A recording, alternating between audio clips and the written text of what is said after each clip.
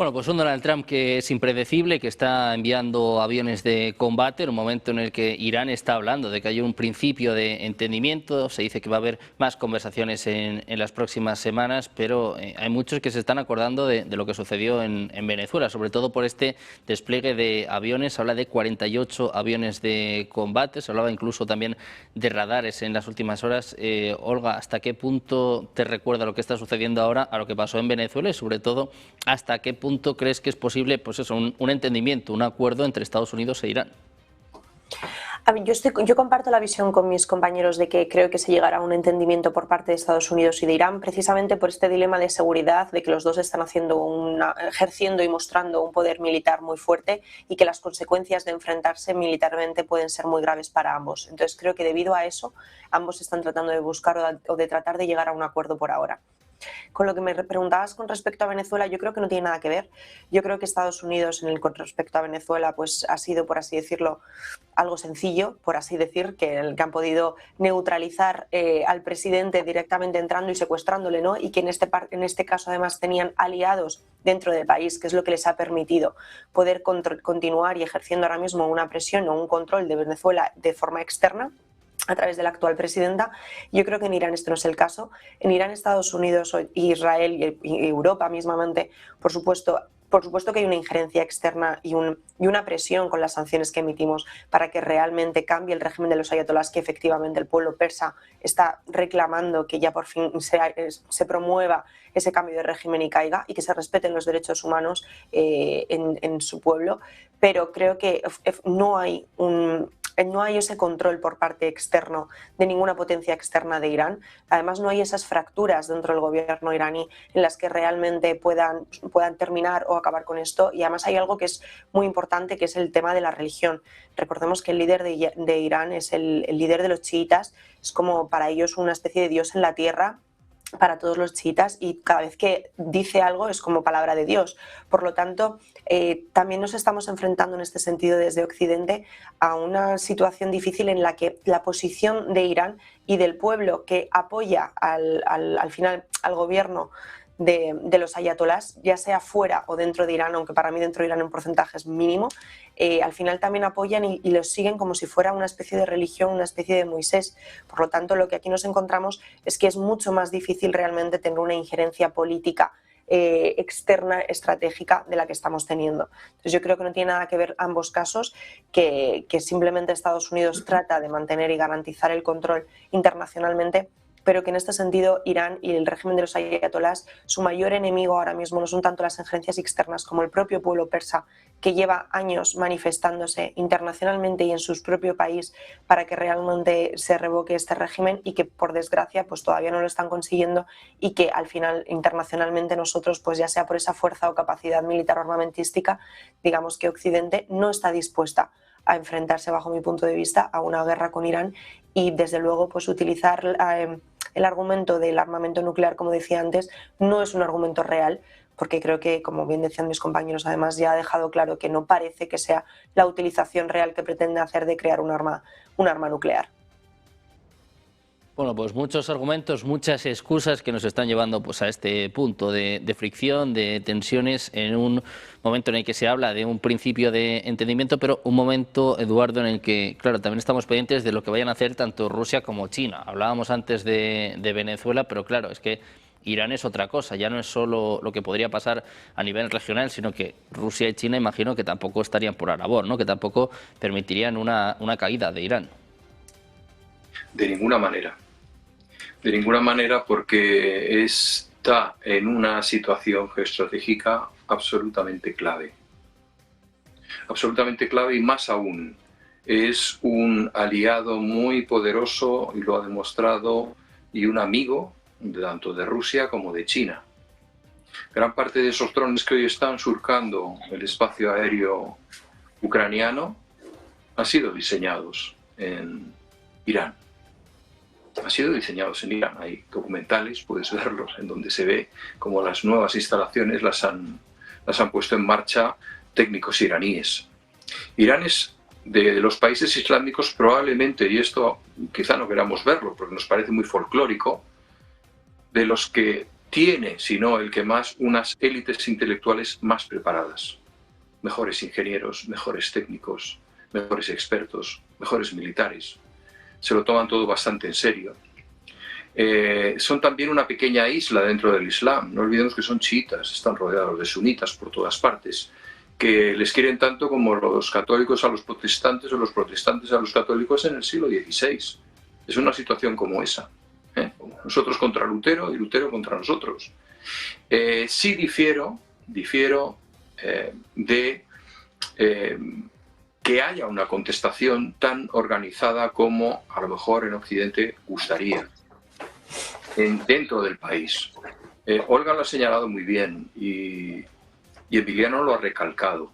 Es decir, internamente hay una respuesta al régimen, pero al final esa respuesta al régimen no se ha articulado políticamente. No hay una alternativa real. Que me vengan con el hijo del Shah, o sea, es que me parece como de traca, ¿no? Es como de película de Billy Wilder.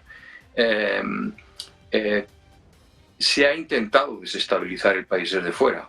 También hay esos argumentos. Irán lo reclama. ¿Cuál es la verdad? Pues estamos en el mundo del bulo, del fake news y de todas estas cosas. Pero se ha hablado de 40.000 teléfonos que se repartieron por parte del Mossad para organizar a esas personas disidentes. Se ha hablado de agitación popular, etc. Yo, sinceramente, cuando estalló todo, la imagen que vino a mi cabeza fue la de las mujeres rusas en la perspectiva Nevsky en el año 1917 reclamando pan, porque se estaban muriendo de hambre y que sus soldados, sus maridos, sus hijos dejaran de luchar en un frente de una guerra que no acababan de entender. A Trotsky le pilló la revolución fuera de Rusia y a Lenin tuvo que entrar con peluca por Finlandia. Yo creo que se han encontrado con una respuesta popular, pero una respuesta popular no tan ideologizada como quisiera Occidente, sino determinada por una crisis económica brutal. Una crisis económica brutal que están viviendo porque llevan bastante más de 1.200 días sin que caiga una gota de lluvia allí. 3 años y medio. O sea, es que es brutal. Y además han tenido también, se habla de muchas formas de guerra, guerra financiera. O sea, se ha tratado de debilitar su divisa por parte de Estados Unidos constantemente. Pero en Irán, insisto, hay 70 millones de personas, hay un régimen que tiene controlados todos los resortes, que no está dirigido por indocumentados y fanáticos que no responden a ninguna lógica, ¿de acuerdo? Sino que es en el caso de Estados Unidos, un rival muy poderoso. Tiene misiles hipersónicos. O sea, es que no necesita decir, yo empiezo una guerra nuclear. Mira, ahí sí voy a dar la razón con que Israel lo puede pasar mal. Si no funciona su escudo de defensa, esos misiles hipersónicos no necesitan llevar una carga nuclear.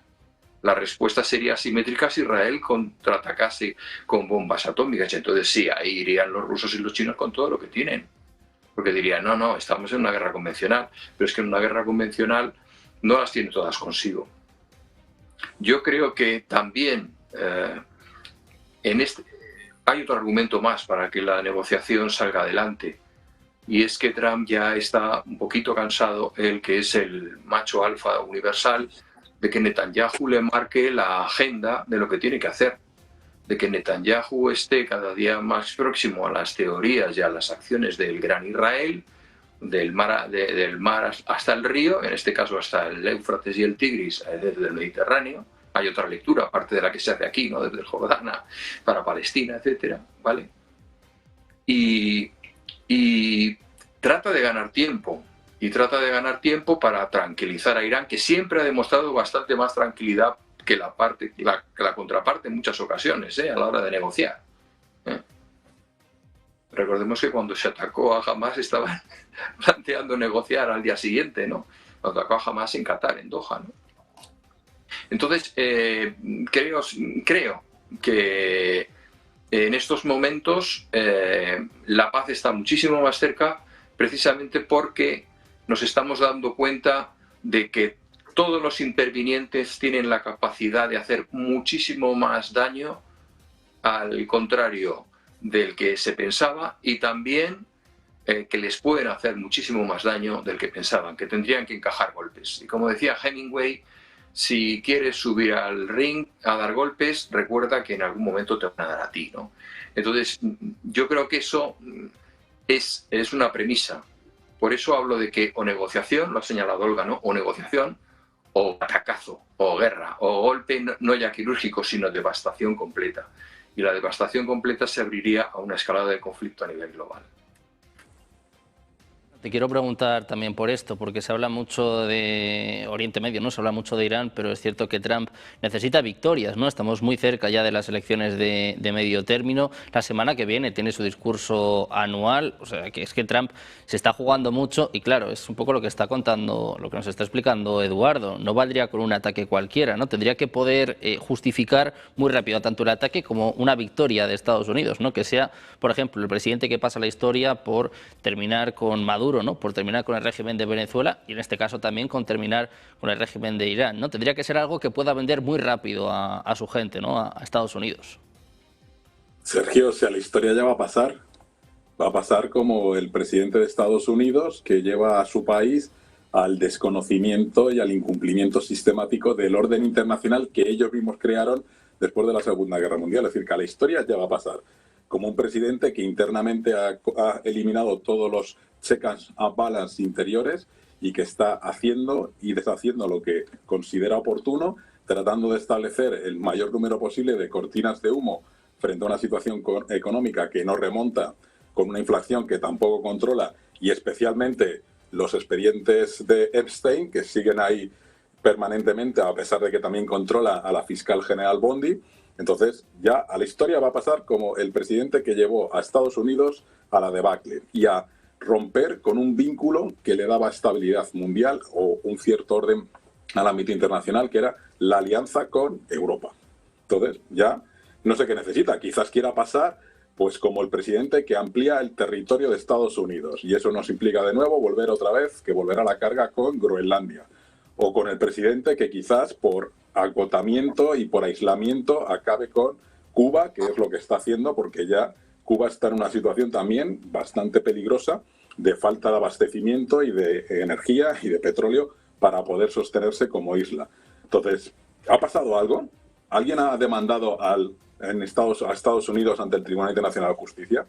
¿Sería eso válido?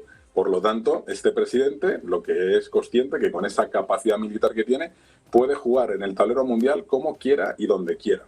La única alternativa es China, pero China, por su filosofía y por su visión del mundo, no creo que vaya a salirse de su área de influencia. Entonces estamos en una situación que Eduardo es muy optimista, pero yo con el desplazamiento de estos nuevos aviones, más el segundo portaaviones y con el apoyo, por supuesto, de Israel, que sigue bombardeando el Líbano. Nadie está hablando de la anexión de facto de Cisjordania por parte de Israel.